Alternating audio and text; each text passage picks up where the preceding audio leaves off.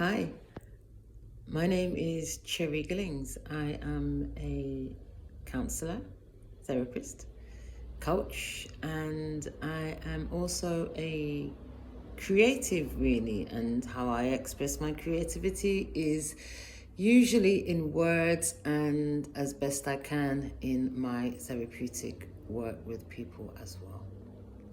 So, I just making this quick video to say that when I think about my last wishes and how I want my ending, my closing scenes to be,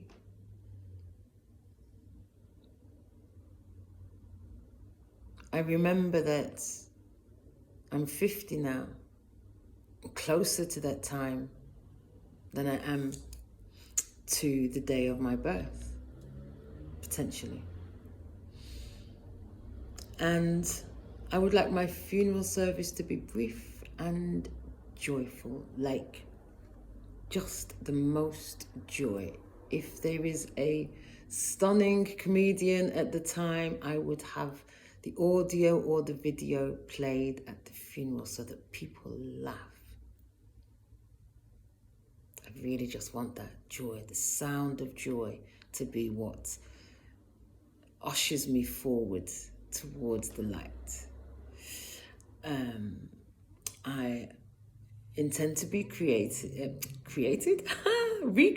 indeed. I intend to be recreated through cremation and to become a tree, a cherry tree, of course.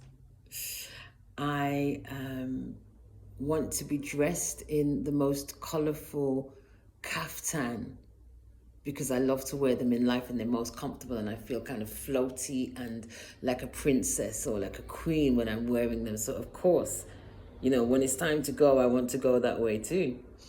I want everybody at the funeral to have colorful clothes and hats on. And as I close my eyes, I can see that. I am aware, of course, that, time is moving on, 50 years of age, halfway through my life. And I think that the losses that we've experienced in the last few years, particularly the impact of COVID and the significant health inequality that was demonstrated through COVID, was really quite profound in that it made me want to take better care of my health and well-being. It made me want to own as much of that as possible, whilst accepting that the systemic nature of this is wild, actually. The systemic impact of being in a brown body, the systemic impact of being female. It's like the fact of those systemic challenges means I have to take care of me and you have to take care of you extra. So, quite significant really, because a recent loss that occurred that really kind of threw me sideways was this wonderful artist facilitator who his whole life was about recovery and art, and he gave his art skills away to other people in recovery. And I worked for 2 organizations that underpaid this man over time, all of the time, always pushed him back to the minimum amount that they could get away with paying him. And when he passed, I was so shocked and upset. But the next day I was thinking about how I'd worked for those organizations where this guy had been underpaid over time, and just the ickiness of that. And, I spoke to him and I asked him for forgiveness for my part in those processes, for being part of those organizations that didn't give him his worth, that didn't give him his flowers when he was here in that way. And he was just a beautiful human being. So again, The season has been about, the last few years has been about, give people their flowers while they're alive, celebrate them while they're here, let them know that you love them, make a fool of yourself if you must, but do it, because when they're dead, they can't hear you in that way. They don't feel it in that way. And you don't get to see the impact of your honesty and vulnerability if you wait until they've passed to let them know how wonderful and significant they are. Finally, let me just see. Yeah,